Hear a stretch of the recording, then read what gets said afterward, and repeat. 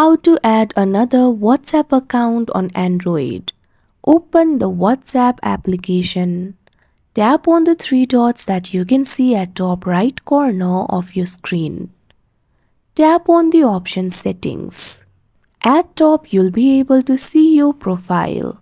Tap on the plus icon that you can see right next to it.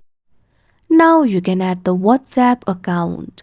Tap on the option Add WhatsApp account that you can see on the screen. Once you do that, tap on the option Agree and Continue. Now you can log in to your another WhatsApp account. Select the country code. Tap on the country that is selected right now. Tap on the country code of your choice. Once you do that, enter your phone number over here. Make sure to enter the correct phone number.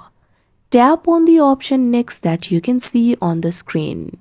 Follow through the prompts. Enter the code sent to your phone number.